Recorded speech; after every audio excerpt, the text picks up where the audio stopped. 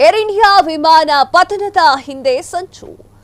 ಅಹಮದಾಬಾದ್ ವಿಮಾನ ದುರಂತ ಪ್ರಕರಣಕ್ಕೆ ಬಿಗ್ ಟ್ವಿಸ್ಟ್. 2 ಇಂಜಿನ್ ಏಕಕಾಲದಲ್ಲಿ ವಿಫಲವಾದ ಇತಿಹಾಸವೇ ಇಲ್ಲ.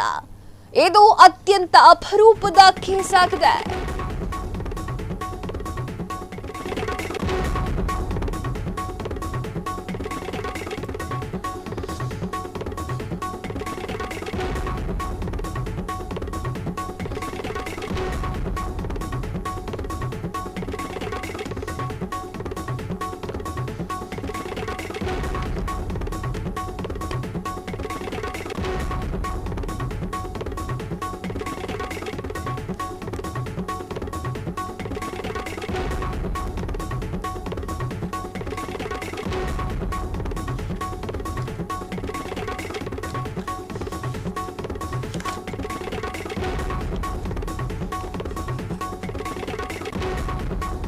ಏರ್ ಇಂಡಿಯಾ ವಿಮಾನ ಪತನದ ಹಿಂದೆ ಒಂದು ದೊಡ್ಡ ಸಂಚು.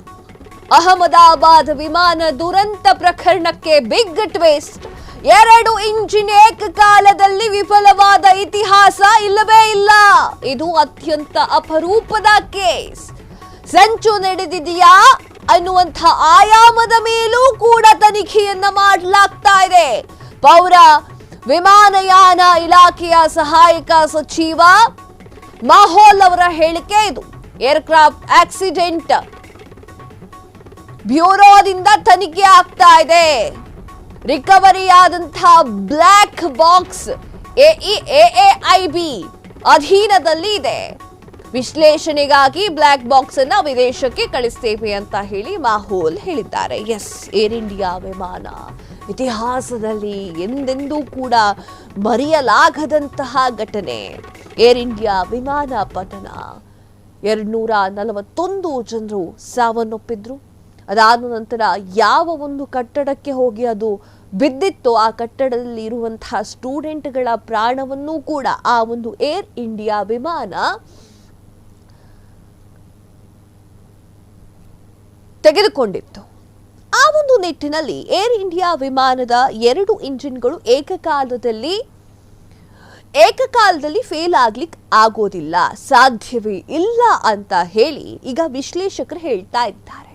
ಆ ಒಂದು ಬ್ಲ್ಯಾಕ್ ಬಾಕ್ಸ್ ಏನ್ ಸಿಕ್ಕಿದೆಯಲ್ಲ, ಆ ಒಂದು ಬ್ಲ್ಯಾಕ್ ಬಾಕ್ಸ್ ಅನ್ನ ವಿದೇಶಕ್ಕೂ ಕೂಡ ಕಳಿಸಲಾಗಿದೆ.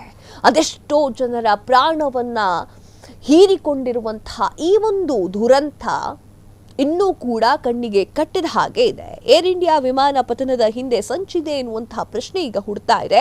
ಅಹಮದಾಬಾದ್ ವಿಮಾನ ದುರಂತ ಪ್ರಕರಣಕ್ಕೆ ಈಗ ಒಂದು ದೊಡ್ಡ ಟ್ವಿಸ್ಟ್ ಸಿಕ್ಕಿದೆ. 2 ಇಂಜಿನ್ಗಳು ಏಕಕಾಲದಲ್ಲಿ ವಿಫಲವಾದ ಇತಿಹಾಸವಿಲ್ಲ ಅಂತ ಹೇಳಲಾಗ್ತಾ ಇದೆ. ಇದು ಅಪರೂಪದ ಕೇಸ್ ಆಗಿದೆ. ಇದು ಸಂಚು ನಡೆದಿರಬಹುದಾ ಅನ್ನುವಂತಹ ಆಯಾಮದಲ್ಲೂ ಕೂಡ ತನಿಖೆಗಳು ನಡೀತಾ ಇದೆ. ಪೌರ ವಿಮಾನಯಾನ ಇಲಾಖೆಯ ಸಹಾಯಕ ಸಚಿವರಾಗಿರುವಂತಹ ಮಾಹೋಲ್ ಅವರು ಕೂಡ ಈ ಒಂದು ಹೇಳಿಕೆಯನ್ನು ನೀಡಿದ್ದಾರೆ. ವಿಶೇಷವಾಗಿ ಆ ಒಂದು ಬ್ಲ್ಯಾಕ್ ಬಾಕ್ಸ್ ಇದೆಯಲ್ಲ, ಅದನ್ನ ವಿದೇಶಕ್ಕೆ ಕಳಿಸ್ತೇನೆ ಅಂತ ಹೇಳಿ ಇವರು ಹೇಳಿದ್ದಾರೆ.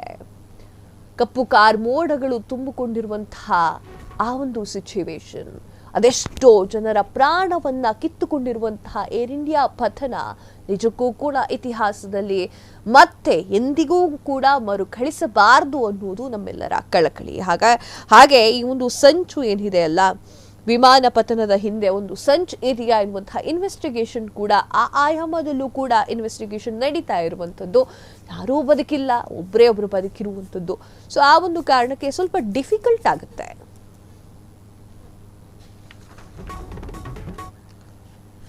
ಎಸ್, ಆ ಒಂದು ಬ್ಲ್ಯಾಕ್ ಬಾಕ್ಸ್ ಅನ್ನ ವಿದೇಶಕ್ಕೆ ಕಳಿಸಿದ್ದೇವೆ ಅಂತ ಹೇಳಿ ಮಾಹೋಲ್ ಅವರು ಹೇಳಿದ್ದಾರೆ. ಆ ಒಂದು ಬ್ಲ್ಯಾಕ್ ಬಾಕ್ಸ್ ಅಲ್ಲಿ ಏನಿದೆ ಅನ್ನೋದ್ರ ಬಗ್ಗೆ ಇನ್ನೂ ಕೂಡ ಇನ್ಫಾರ್ಮೇಶನ್ ಅನ್ನ ಕಲೆಕ್ಟ್ ಮಾಡ್ತಾ ಇರುವಂತದ್ದು ಪೌರ ವಿಮಾನಯಾನ ಇಲಾಖೆಯ ಸಹಾಯಕ ಸಚಿವರಾಗಿರುವಂತಹ ಮಾಹೋಲ್ ಅವರು ಈ ಒಂದು ತನಿಖೆ ವಿಚಾರವಾಗಿ ಹೇಳಿಕೆಯನ್ನ ನೀಡಿದ್ದಾರೆ. 2 ಇಂಜಿನ್ಗಳ ವಿಚಾರವಾಗಿ ಏಕಕಾಲದಲ್ಲಿ ಯಾವಾಗಲೂ ಕೂಡ ಈ ತರ ಆಗಿಲ್ಲ, ಇದು ಕೋಇನ್ಸಿಡೆಂಟ್ ಆಗಿರಬಹುದು ಅಥವಾ ಸಂಚು ಕೂಡ ಮಾಡಿರಬಹುದು ಎನ್ನುವಂತಹ ವಿಚಾರವನ್ನ ಮಾಹೋಲ್ ಅವರು ತಿಳಿಸಿದ್ದಾರೆ. ಕ್ಷಣ ಕ್ಷಣದ ಸುದ್ದಿಗಳಿಗಾಗಿ ಫ್ರೀಡಂ ಟಿವಿ ಸಬ್ಸ್ಕ್ರೈಬ್ ಮಾಡಿ, ಲೈಕ್ ಮಾಡಿ ಹಾಗೂ ಫಾಲೋ ಮಾಡಿ. ಹೊಸ ಸುದ್ದಿಗಳ ನೋಟಿಫಿಕೇಶನ್ಗಾಗಿ ಬೆಲ್ ಐಕಾನ್ ಮೇಲೆ ಕ್ಲಿಕ್ ಮಾಡಿ.